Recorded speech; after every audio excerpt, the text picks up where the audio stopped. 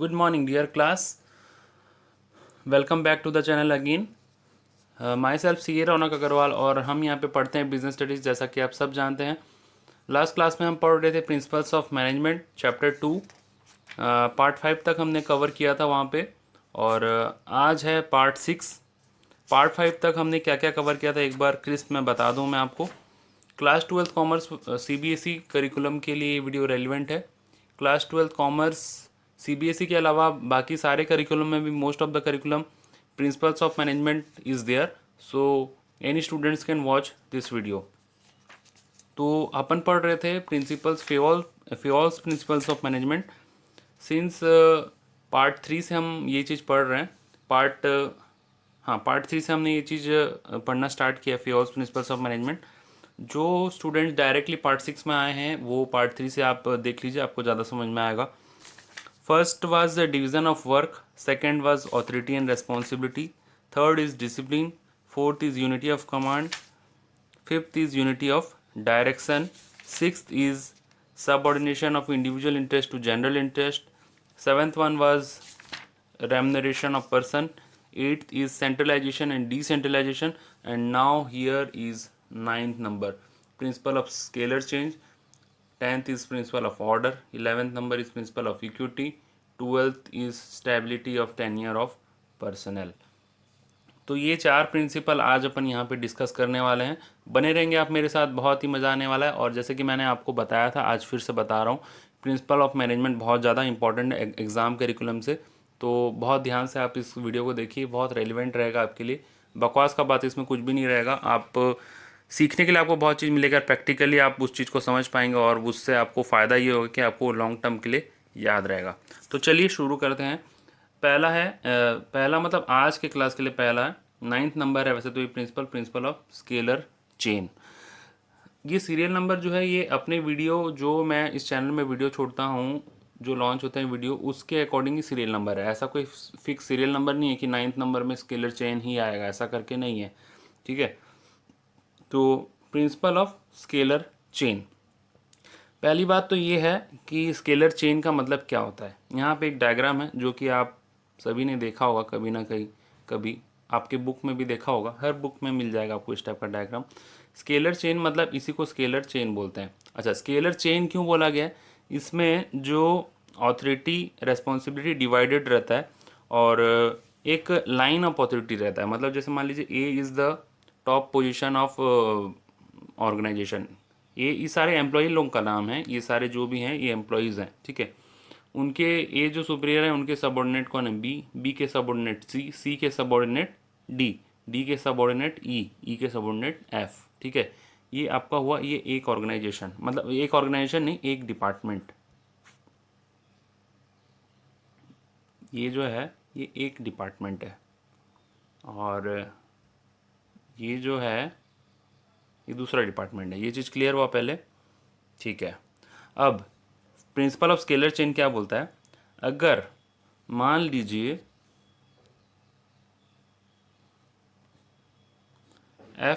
F जो है इसको कम्युनिकेट करना है, एफ को कुछ कम्युनिकेशन भिजवाना है ओ के पास या पी के पास, ठीक है, ठीक है। अब एफ जो है इसको कुछ मैसेज भिजवाना है ओ के पास या पी के पास। ये दूसरा डिपार्टमेंट है, ये दूसरा डिपार्टमेंट है, ये ऑर्गेनाइजेशन के हेड है, ए जिनका नाम है।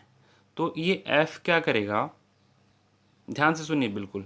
एफ क्या करेगा, ये इन्फॉर्मेशन को इस चेन को फॉलो करके भिजवाएगा, इस चेन को फॉलो करके भिजवाएगा। एफ ई को बोलेगा, ई डी को बोलेगा, डी सी को बोलेगा, सी बी को बोलेगा, बी ए को बोलेगा, उसके बाद ए एल को बोलेगा, एल एम को बोलेगा, एम एन को बोलेगा, एन ओ को बोलेगा, एंड लास्ट ओ पी को बताएगा।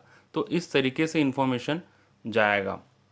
तो इससे फ़ायदा क्या? आप बोलेंगे ये तो बहुत ही लंबा प्रोसीजर है, डायरेक्ट ही क्यों ना बोल दें।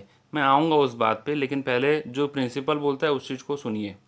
जो भी इन्फॉर्मेशन एफ़ को भिजवाना रहेगा वो इस चेन को फॉलो करके पी तक पहुँचेगा। मान लो एफ़ को पी से कुछ इन्फॉर्मेशन भिजवाना है पी के पास, तो वो इसी लाइन ऑफ चेन को फॉलो करेगा। और इसका फ़ायदा क्या है? इससे फ़ायदा ये है कि इसमें कम्युनिकेशन गैप नहीं होता है और कम्युनिकेशन जो इन्फॉर्मेशन है वो सभी के पास होता है और गैप नहीं होता, जिससे कारण से कोऑर्डिनेशन भी अच्छा होता है। ठीक है, तो ये प्रिंसिपल बोलता है। लेकिन मान लीजिए, अब मैं आपके पॉइंट पे आता हूँ कि ये तो बहुत ही लंबा प्रोसीजर है, कभी मान लो कुछ अर्जेंट काम होगा तो कैसे करेंगे। अर्जेंट काम के लिए रास्ता बनाया गया है। मान लो कुछ अर्जेंसी है और एफ को कुछ इंफॉर्मेशन पी को पहुंचाना है, तो in that case what F will do, F यहाँ से डायरेक्ट पी तक इंफॉर्मेशन पहुंचवा सकता है। ठीक है, एफ जो है डायरेक्ट पी तक इंफॉर्मेशन पहुंचवा सकता है, इसी को बोलते हैं हम गैंग प्लैंक। ठीक है, आप यहाँ पे लिखा हुआ भी देख रहे होंगे, ये जो लाइन दिया हुआ है उसी उसी को बोलते हैं गैंग प्लान। मान लो ई को ओ तक कुछ इन्फॉर्मेशन पहुंचाना है, अर्जेंसी के केस में हमेशा ऐसा नहीं करना है। ठीक है, तो उस वक्त वो डायरेक्ट ओ को जा कर के बोल सकता है, लेकिन ये फॉलो होगा सिर्फ अर्जेंसी में। ठीक है, तो ये था आपका principle of scalar chain. I hope आपको बहुत इंटरेस्टिंग लगा होगा। इसके पॉजिटिव इफेक्ट को हम देख लेते हैं कि अगर इसको फॉलो करेंगे तो क्या फ़ायदा होगा। अगर इसको हम फॉलो करेंगे तो सिस्टमेटिक फ्लो ऑफ इंफॉर्मेशन होगा, सिस्टमेटिक फ्लो ऑफ इंफॉर्मेशन। और दूसरा फ़ायदा ये होगा कि no communication gap, no communication gap, communication gap नहीं होगा। उसी जगह अगर इसको हम फॉलो नहीं करेंगे तो नुकसान क्या होगा, नेगेटिव क्या होगा, कम्युनिकेशन गैप हो जाएगा भाई। जब इससे फ़ायदा हो रहा है कि कम्युनिकेशन गैप नहीं हो रहा है, तो इसको अगर फॉलो नहीं करेंगे तो कम्युनिकेशन गैप फिर चालू हो जाएगा। और दूसरा है no clarity of authority responsibility relationship, authority responsibility relationship. ठीक है, तो ये इसके फ़ायदे और नुकसान है। अगर फॉलो करेंगे तो ये फ़ायदा होगा, फॉलो नहीं करेंगे तो नुकसान झेलना पड़ सकता है। नाउ अभी हम आगे बढ़ते हैं अब नेक्स्ट प्रिंसिपल की तरफ। आई होप आपको ये प्रिंसिपल समझ में आया होगा।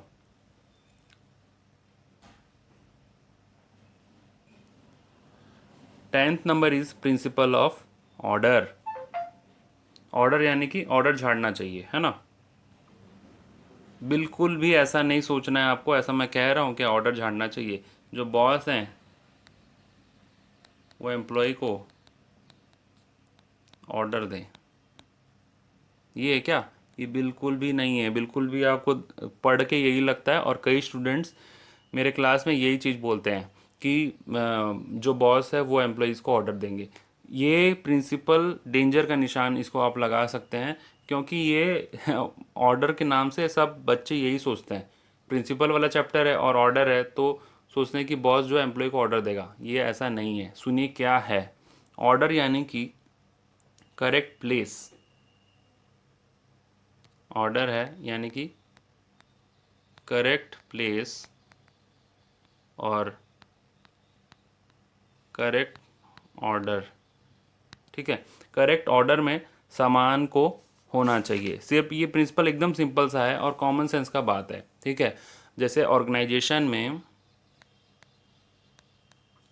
एक एम्प्लॉय काम करता है, कोई भी एम्प्लॉय है, वो उसको पता होना चाहिए कि टूल्स कहाँ रखे हुए हैं।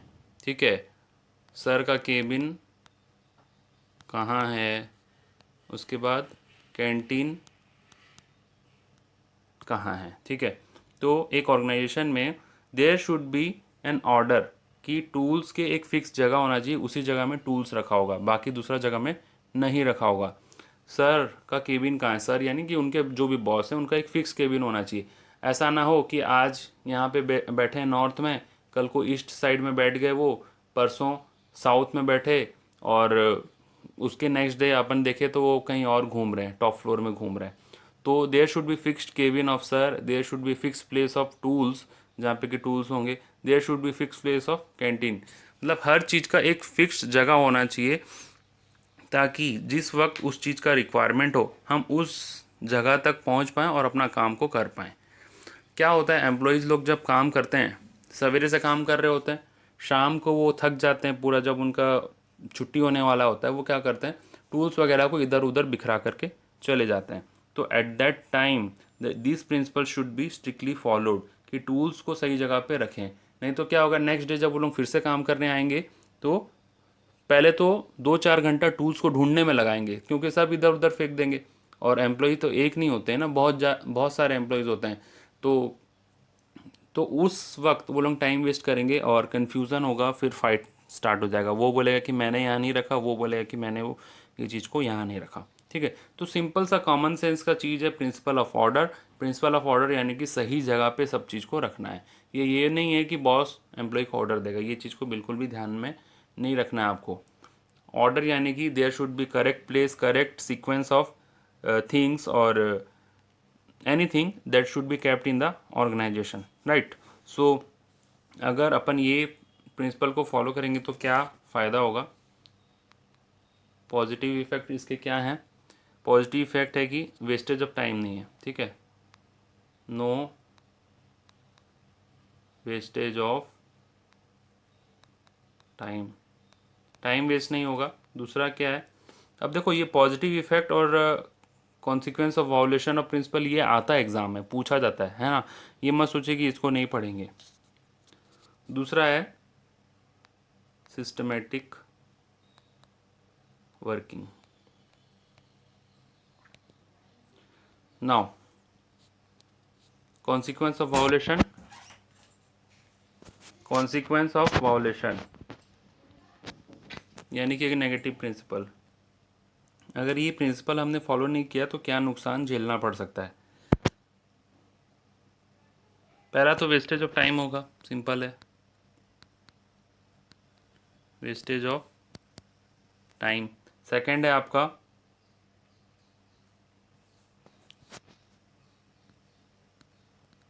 Not able to get things और पर्सन ऑन राइट टाइम, ठीक है, not able to get things और पर्सन ऑन राइट टाइम। समझ में आ रहा है ना। ऑर्डर वाला जो प्रिंसिपल है बहुत सिंपल सा है, सब चीज़ सही जगह पे होना चाहिए। घर में पेरेंट्स भी ये चीज़ कई बार अपने को बोलते हैं पर अपन ध्यान से नहीं सुनते हैं। Now the 11th one is your principal of equity. ठीक है, थोड़ा ध्यान से सुनिए, बच्चे इसमें कंफ्यूज होते हैं। प्रिंसिपल ऑफ इक्विटी, ठीक है, इक्विटी मतलब ये एम्प्लॉयज़ को ट्रीट करने का वाला प्रिंसिपल है, ठीक है, एम्प्लॉयज़ को कैसे ट्रीट किया जाए उसका है, ठीक है, एम्प्लॉयज़ को कैसे किस टाइप से ट्रीट किया जाए उस चीज़ को बताता है। There should be equal treatment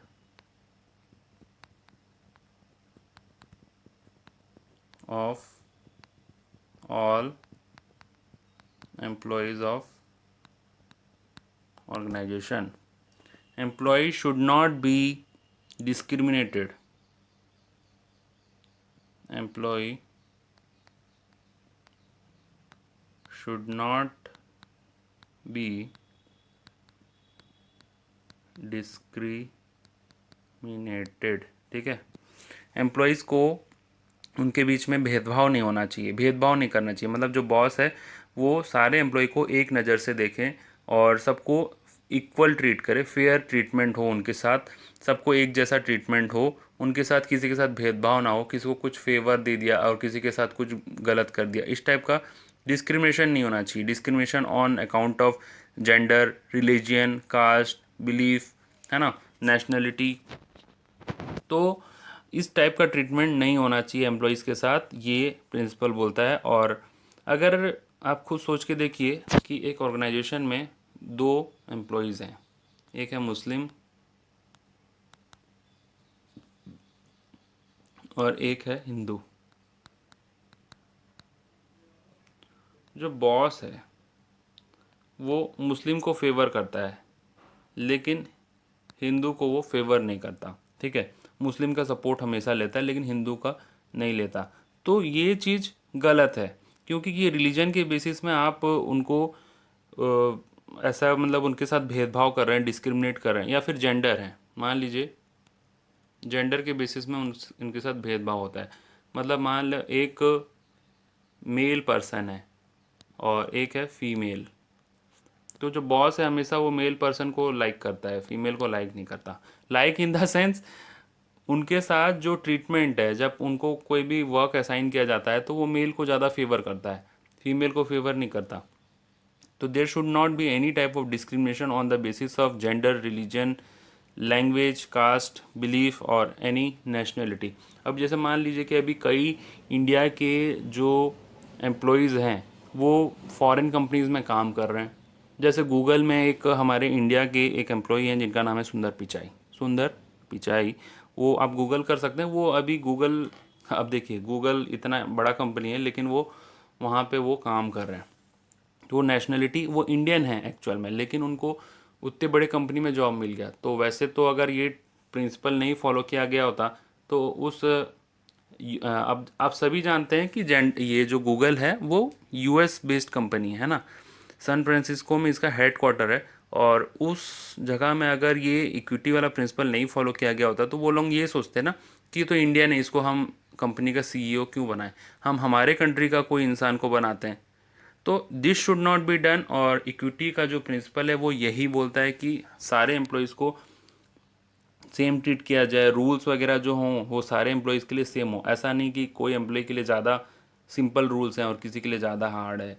या फिर मान लो कि लीव वाला जो छुट्टी लेने का जो रूल है, किसी एम्प्लॉय को ज़्यादा छुट्टी मिलता है, किसी को कम मिलता है। तो this should not be there, principle of equity यही चीज़ बोलता है।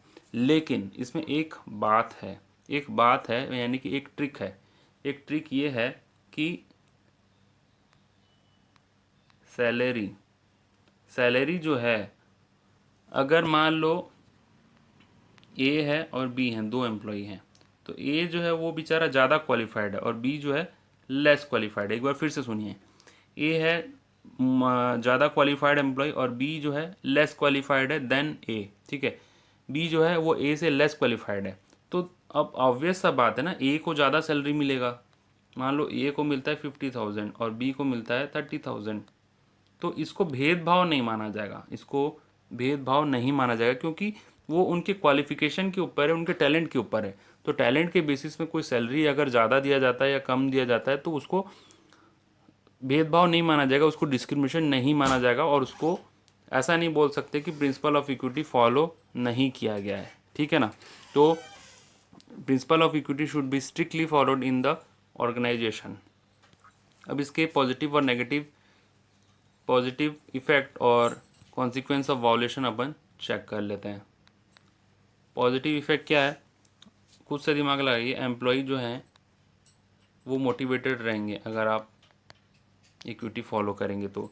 सेकंड है वो सेटिस्फाइड रहेंगे, मोर और लेस सेम पॉइंट है, ठीक है।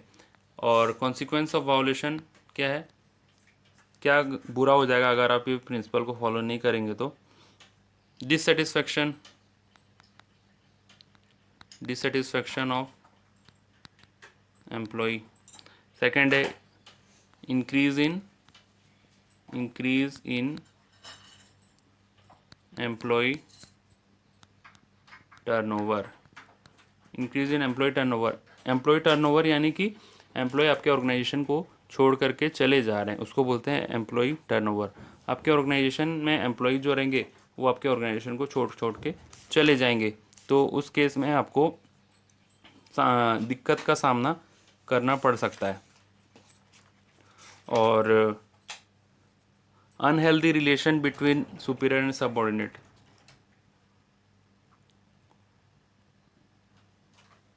अनहेल्दी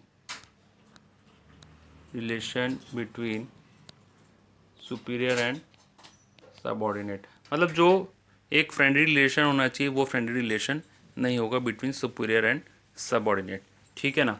तो अब अपन एक काम करते हैं, ये 9, 10, 11 का रिवीजन कर लेते हैं। 12 नंबर जो प्रिंसिपल है वो अपन नेक्स्ट क्लास में डिस्कस करेंगे।